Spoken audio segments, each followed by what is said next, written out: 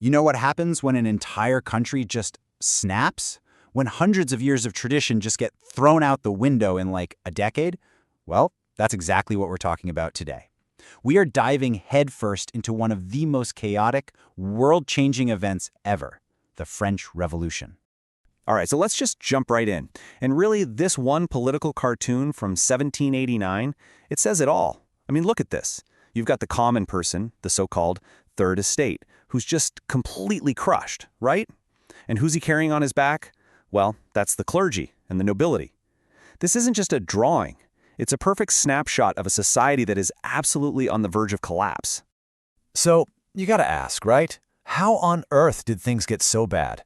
Well, to get why the whole thing exploded, we need to look at the powder keg it was sitting on, and that was the system in place, the ancien regime, the old regime. And let me tell you, it was designed from the ground up to be unfair.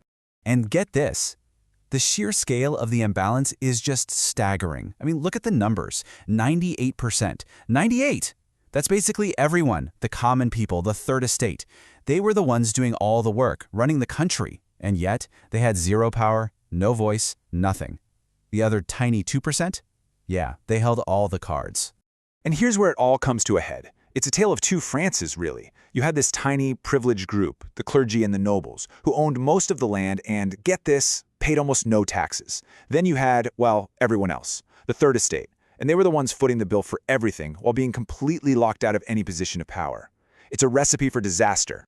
So you've got this deeply unfair system just simmering with resentment. And then, wham, it gets hit by a perfect storm. The government is broke, partly from helping out with the American Revolution, ironically enough. Then bad harvests mean people are starving. And on top of all that, you've got these incredible new ideas from the Enlightenment floating around. Ideas about liberty and rights, and that maybe kings shouldn't have all the power. It was like throwing gasoline on a fire. And let's make this real for a second. For the average person, this wasn't some high-minded political discussion. Imagine spending half, 50% of your entire income just on bread, just to feed your family. And then the price starts to skyrocket. At that point, the system isn't just unfair anymore, is it? It feels like it's actively trying to kill you. And so the people rise up. All that pressure, all that anger, it finally boils over in the year 1789. The country is bankrupt, the people are starving, and King Louis XVI is backed into a corner. So he does something nobody has done for 175 years. He calls a meeting of the Estates General. He just wanted to raise some money, some new taxes. What he did instead was light the fuse on the revolution. And once that fuse was lit, things happened so fast it would make your head spin. I mean, we're talking a matter of months. Bam, the third estate just declares, we're in charge now, we're the National Assembly. Bam, the people of Paris storm the Bastille, this notorious prison that stood for the king's power. Then comes a Declaration of Human Rights that changes everything.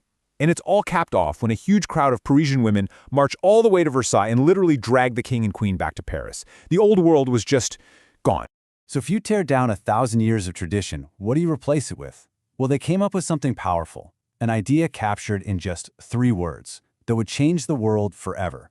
Liberté, égalité, fraternité. Liberty, equality, fraternity. I mean, think about it. This was a direct challenge to everything the old world stood for. But, it's one thing to tear something down. It's a whole other thing to build something new in its place. And that early unity, it didn't last. The revolution started to turn on itself, leading to its darkest, bloodiest chapter, the Reign of Terror. This is where the beautiful dream of liberty really becomes a nightmare. Okay, so what happened? Well, basically, the revolutionaries split into 2 camps. You had the moderates, the Girondins, who were kind of like, okay, let's not go crazy, maybe we can have a king with less power. But then you had the radicals, the Jacobins, led by guys like Robespierre. And they were like, nope, the king has to go. We need a full republic, and we'll do whatever it takes to get it. Guess who won? The radicals. And they didn't waste any time. In January 1793, they did the unthinkable. They executed King Louis XVI. This sent shockwaves through every royal court in Europe. A new group, the Committee of Public Safety, basically took over, with Robespierre calling the shots. And this kicks off the Reign of Terror. It was pure paranoia.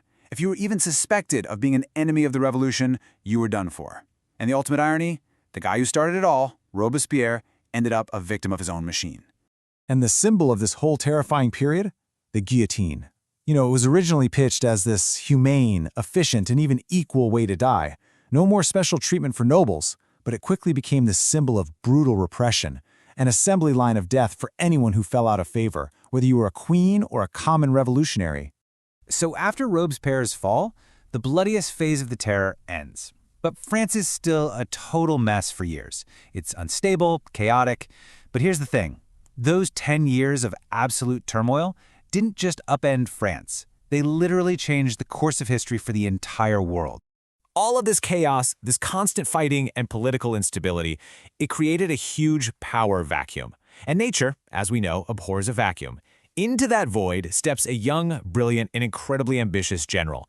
You've probably heard of him, Napoleon Bonaparte. In 1799, he just takes over, ends the revolution, and kicks off a whole new era. So when the dust settled, what was left? I mean, the legacy is just massive. Of course, it got rid of monarchy in France for good. But its ideas, oh man, they went everywhere. This idea of a nation of citizens, of democracy, it spread like wildfire. It helped inspire revolutions from the Caribbean to South America. It gave us one of the first blueprints for universal human rights.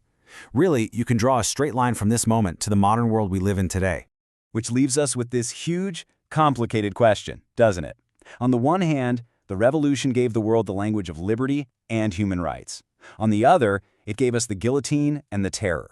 So it really makes you think, what is the true price of freedom? And is it always worth paying?